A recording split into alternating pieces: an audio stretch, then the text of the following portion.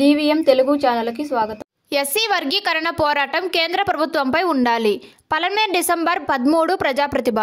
దేశవ్యాప్తంగా చెలరేగుతున్న ఎస్సీ వర్గీకరణ పోరాటం కేంద్ర ప్రభుత్వంపై ఉండాలని అఖిల భారత మాలల జేఏసీ జిల్లా అధ్యక్షులు కార్యదర్శులు చంద్రకుమార్, డేవిడ్, కత్తి శ్రీనివాసులు శుక్రవారం పలమనేరు టౌన్ మీడియా సమావేశంలో పేర్కొన్నారు.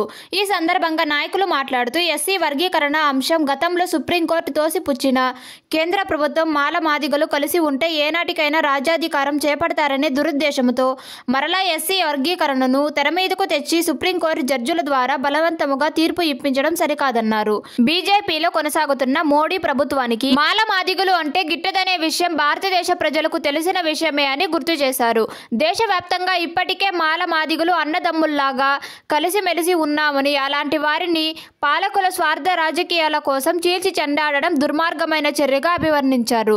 2 తెలుగు రాష్ట్రాల ముఖ్యమంత్రులు కూడా మంచి మనసుతో ఆలోచించి కేంద్ర ప్రభుత్వ అనాలోచిత విధానాన్ని తిప్పికొట్టి వర్గీకరణను ఆపాలని కోరారు. డిసెంబర్ 20న శుక్రవారం పలమనేరు పట్టణంలో జరగనున్న మాల మహాగర్జనను జయప్రదం చేయడానికి జిల్లా నలుమూలల నుండి మాల మాదిగ సోదరులు అధిక సంఖ్యలో తరలివచ్చి మన ఐక్యత నినాదాన్ని కేంద్ర ప్రభుత్వానికి బుర్రకెక్కేటట్లు గర్జించాలని పిలుపునిచ్చారు.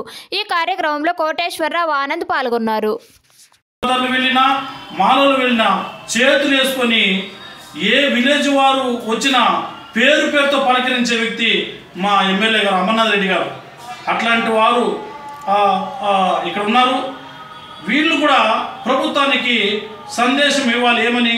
వాళ్ళందరూ ఒకటే, మనం దీన్ని విడదీసే ప్రక్రియ చేయకూడదని చెప్పి మా ఎమ్మెల్యే గారు కూడా మేము వినతి పత్రం ఇస్తాం.